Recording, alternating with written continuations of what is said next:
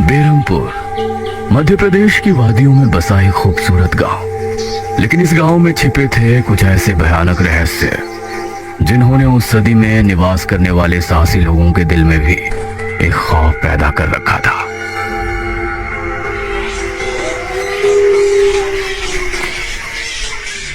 आज तो बहुत दिनों के बाद मित्रों से मिलना हो रहा है, बहुत आनंद आएगा। अरे मदन, कहाँ जा रहा है इस समय?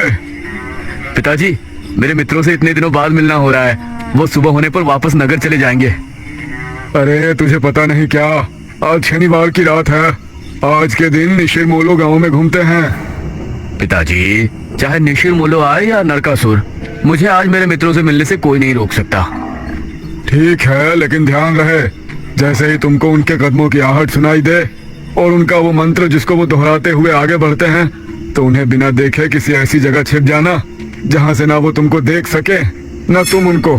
और जब तक उनकी आवाज आना बंद ना हो जाए, उनके सामने नहीं आना। वो 4 भयानक आदमी होते हैं जो अपने कंधों पर एक ताबूत को उठाए होते हैं, और अगर कोई उन्हें देख ले तो वो जिंदा नहीं बचता।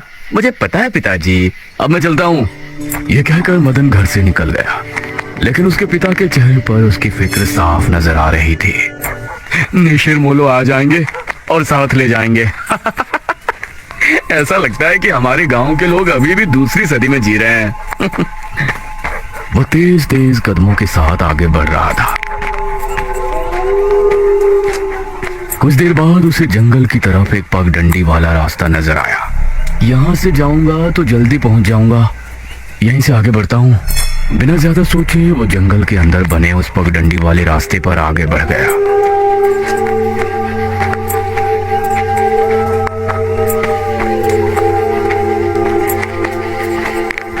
आज तो बहुत मजा आने वाला है, मिलकर खूब मदिरा पान भी करेंगे।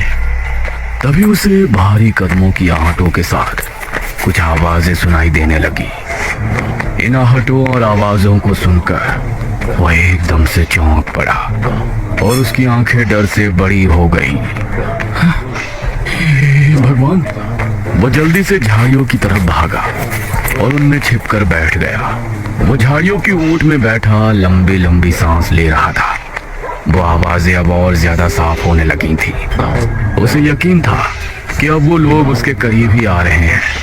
उसने धीरे धीरे छिपकर अपनी एक आंख से उनको देखा और वो हैरान रह गया।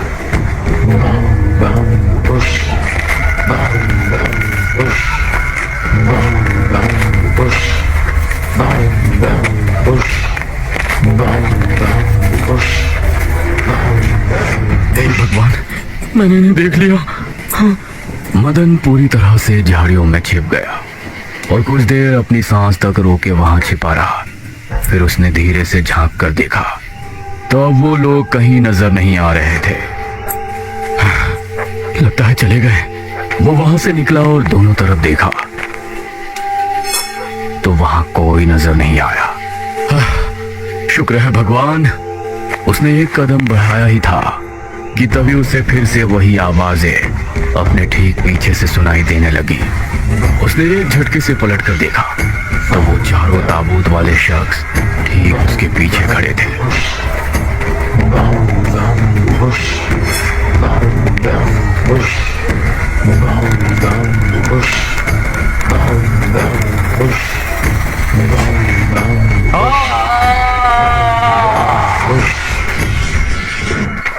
इस तरफ जब देर रात भी मदन वापस नहीं लौटा तो उसके पिता को उसकी चिंता होने लगी। उसने गांव के एक आदमी विपुल को साथ लिया और जंगल की तरफ रवाना हुआ।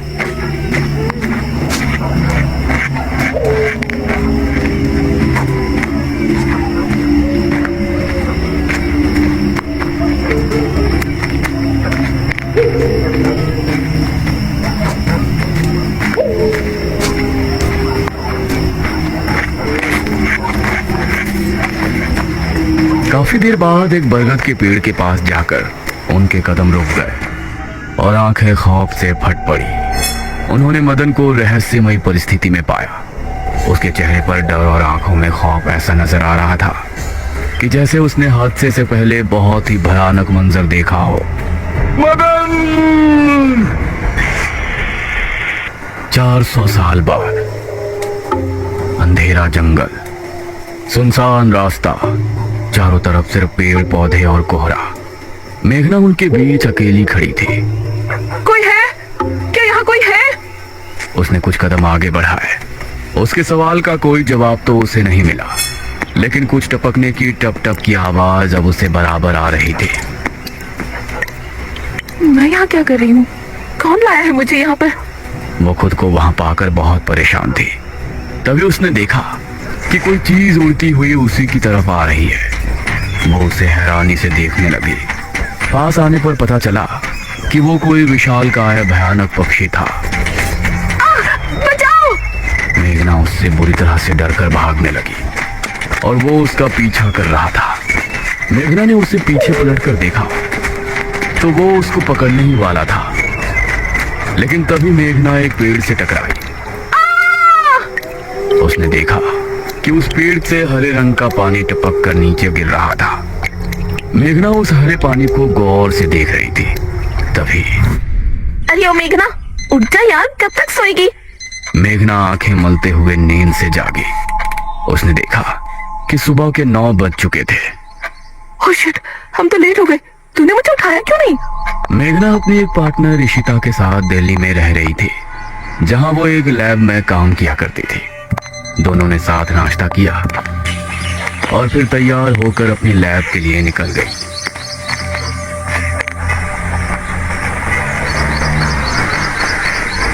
तेरा ऑमलेट खा खा कर मेरा पेट खराब हो चुका है। रोजाना कच्चा ही बनाकर दे देती है। शुक्र मना कि कच्चा भी खाने को मिल तो रहा है। तेरे भरोसे रहेंगे तो वो भी नहीं मिलने वाला। सोकर ही 9 बजे उठती है।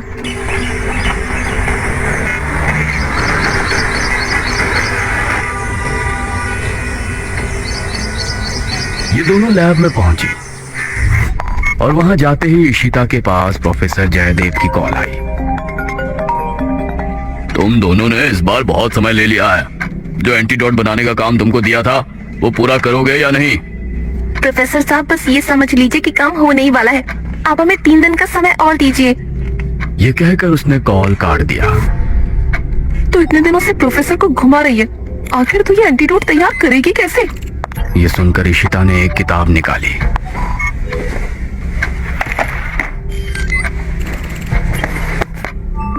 यार देख ये किताब, इसमें बहुत से ऐसे लिक्विड के बारे में लिखा है जिनकी कहानी पुरानी दंत कथाओं और लोक कथाओं से जुड़ी है। तो तू कहना क्या चाहती है? मुझे इस किताब में बहुत ही अनोखे लिक्विड के बारे में पता चला है, जिसे मृत्युंजय अमृत कहते हैं। हम उस लिक्विड का टेस्ट करेंगे और अगर वो हमारे काम का निकला तो उसे यूज भी कर सकते हैं। मृत्युंजय अमृत? देख, मैं तेरे साथ कहीं नहीं जाने वाली हूँ। ये सब बातें बकवास होती हैं। अरे देख तो सही, इस पेड़ से हर पूर्णमासी की रात ये हरा लिक्विड टपकता है। तभी मेघना ने देखा कि उस पन्ने पर किसी मृत्युंजय अमृत के बारे में लिखा था और उसमें ठीक वही पेड़ दिखाया गया था जो मेघना रोजाना अपने सपने में देखा करती थी। मतलब उस हरे पानी की बात ही इस किताब में लिखी थी। हे भगवान, क्यों हिला डाला ना? है ना इंटरेस्टिंग? मेघना ने कुछ सोचा और फिर जवाब दिया, हाँ, तो हम दोनों कल ही बीरमपुर गांव के लिए निकलते हैं।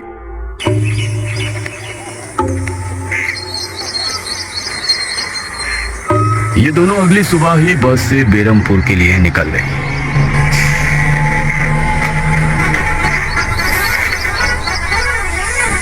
वैसे एक बात बता, तू मेरे साथ वहां जाने के लिए एक ही बार में कैसे राजी हो गई?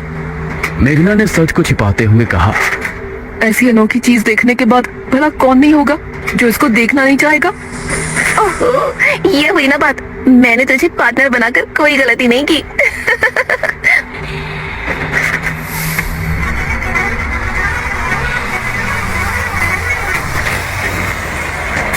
ये दोनों 5 घंटे के सफर के बाद एक जगह उतरी। इनके ठीक सामने एक बड़ा सा गेट था जिस पर नाम लिखा था बीरमपुर। इशिता और मेघना ने जैसे ही गेट के अंदर कदम रखा तो अचानक से मौसम बदला। सूरज मानो बादलों के पीछे छिप गया और एक हवा अपने साथ आंधी ले आई। अरे वाह, गांव का मौसम तो बहुत ठंडा है। इधर गांव के लोग भी अचानक बदलते मौसम को देखकर हैरान रह गए। अरे ये क्या, अभी तक तो काफी गर्मी थी ये अचानक आंधी कहाँ से आ गई? मुखिया जी, लगता है बारिश भी जरूर आएगी। इधर मेघना और इशिता दोनों ही गांव की तरफ बढ़ रही थी। यार, ये गांव के लोग ठीक तो होंगे ना? गांव के लोग तो ठीक ही होते हैं, अजीब तो हम शहर वाले होते हैं। ये बात तो तूने बिल्कुल पते की कही। इशिता और मेघना दोनों गांव के चौक पर पहुंची।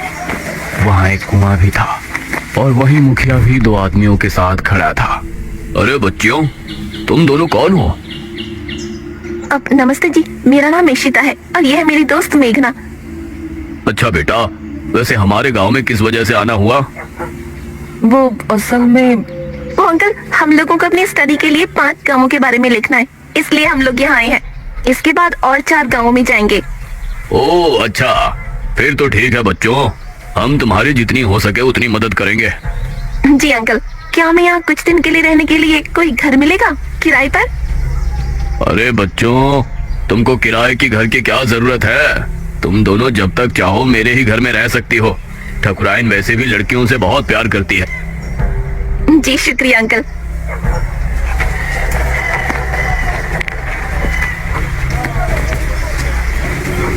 मुखिया इशिता और मेघना को अपने घर ले आया। तभी घर के मंदिर में जल रहा दीपक बुझ गया। अजी सुनती हो ठकुराइन? जी आई। ठकुराइन कमरे से बाहर आई। नमस्ते आंटी। नमस्ते बेटा। ओ जी, ये प्यारी प्यारी बच्चियां कौन है? ये दोनों शहर से अपनी पढ़ाई के सिलसिले में आई हैं। हमारे गांव के बारे में लिखना चाहती हैं। वो क्या होता है रे, वो रिसर्च करने आए हैं। तभी वहां पर एक और लड़का आया। क्या कहा? हमारे गांव पर रिसर्च? इशिता और मेघना ने उसे देखा। भला हमारे बेवकूफ गांव में आपको क्या मिल सकता है? ये सुनकर इशिता और मेघना हैरान रह गई। चुप करो अनुज, ऐसे कोई अपने गांव में बोलता है क्या? ये मेरा बेटा है अनुज। अनुज ने मेघा और इशिता की ओर देखा और उन्हें हाथ जोड़कर नमस्ते किया। नमस्ते बेटा अनुज, जरा इन दोनों को वो खाली कमरा दिखा दो जो तुम्हारे कमरे के बराबर में है। ठीक है पिताजी। आओ देवियों। देवियों? अनुज कॉरिडोर से होते हुए उनको कमरा दिखाने ले जाने लगा। इसी समय गांव के मंदिर में बैठा पुजारी भगवान की आरती कर रहा था। तभी अचानक से दिया बुझ गया। ये संकेत तो ठीक नजर नहीं आ रहे। हे प्रभु रक्षा करना। वैसे आप लोगों को रिसर्च करने के लिए यही गांव मिला था? अरे हम लोगों को 5 गांवों के बारे में लिखना है, तो इसीलिए जो भी गांव पास दिखा चले आए। इसके बाद और किसी गांव में जाएंगे। अच्छा, वैसे यहाँ कुछ ऐसा है जो कि रहस्यमय या ऐतिहासिक हो? हाँ है ना, एक राजमहल। राजमहल यहाँ? हाँ, 400 साल पहले जो यहाँ के राजा हुआ करते थे, उनका महल। वैसे अनुज, क्या तुम हमें उस महल में लेकर चलोगे? हाँ, तुम लोग जाना चाहोगे तो जरूर। तो ठीक है, रात को जब सब सो जाएंगे तो हमें वहाँ ले चलना। यह सुनकर मेघना इशिता को हैरानी से देखने लगी। रात के समय तुम लोग मजाक तो नहीं कर रहे? नहीं, हम तो चलने को तैयार हैं। तुम्हें डर लग रहा है तो बताओ।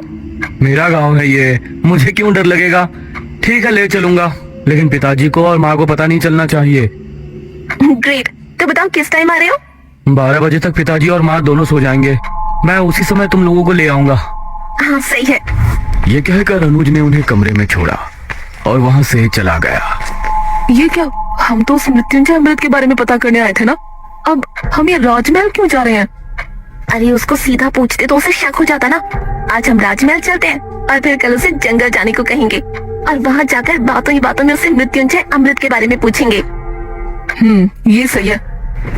इस तरफ गांव के लोग मौसम की बदलती ठंड से बहुत हैरान थे। पुजारी बार बार आसमान की तरफ देख रहा था, जहां उसे काला अंधेरा इधर उधर घूमता हुआ नजर आ रहा था। करीब 12 बजे जब मुखिया और उसकी पत्नी गहरी नींद में थे, तो अनुज कमरे से निकला। अरे लगता है आ गया।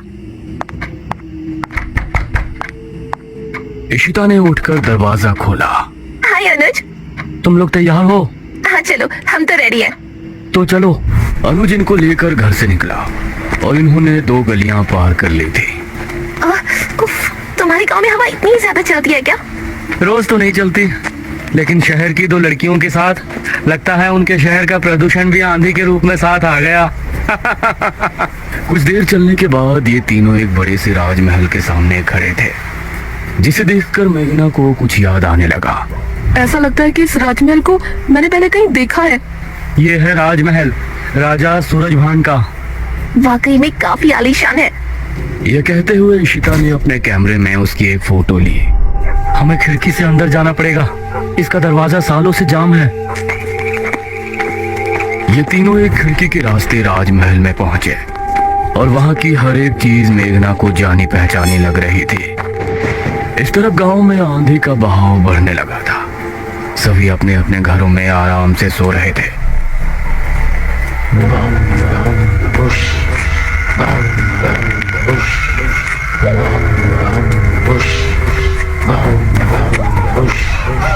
अरे ये आवाज तो निशिर्मोला। गांव के सभी लोगों के दिलों में खौफ उतर आया।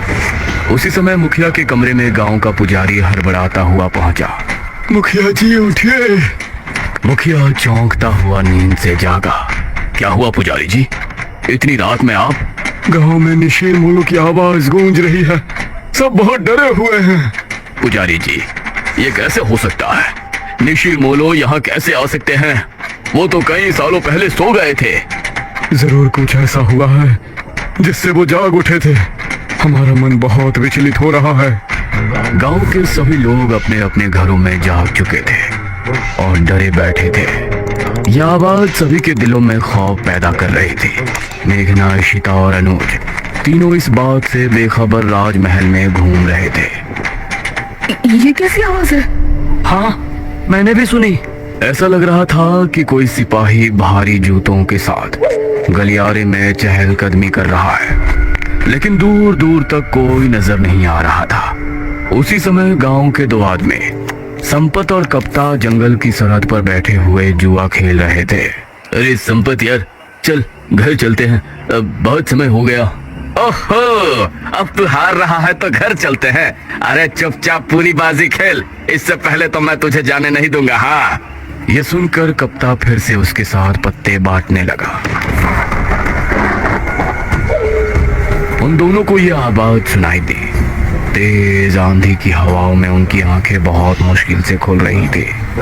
उन दोनों ने देखा कि सामने से चार आदमी अपने कंधों पर एक ताबूत उठाए मंत्र पढ़ते हुए चले आ रहे हैं। संपत और कप्ता इससे पहले कुछ करते, वो चारों आकर उनके सामने रुक गए। हवा का रुख थोड़ा कम हुआ। वो चारों अपनी लाल चमकती आंखों से संपत और कप्ता को घूर रहे थे। इधर इशिता, मेघना और अनुज को एक दरवाजा खोलने की तेज आवाज सुनाई दी और वो चौंक पड़े। न जाने उस दरवाजे से कौन निकला, जिसको देखकर ये तीनों चौंक पड़े। वहीं संपत और कप्ता के सामने खड़े वो चारों शख्स जो कि निशीर मोलो थे, उनके कंधों पर रखा ताबूत खुल गया और उसके खुलते ही संपत और कप्ता की चीख पूरे गांव के लोगों ने सुनी, जिसे सुनकर सभी गांव के लोग डर गए। ये किसकी चीख थी जी? निशीर मोलो, निशीर मोलो, ये चीख किसी अनहोनी की संकेत थी। निशीर मोलो आखिर कौन है? क्या है मृत्युंजय अमृत? और क्या संबंध है मेघना का इन सब से? इन सभी सवालों के जवाब जानने के लिए हमारे साथ जुड़े रहिए इस कहानी के अगले भाग में भी।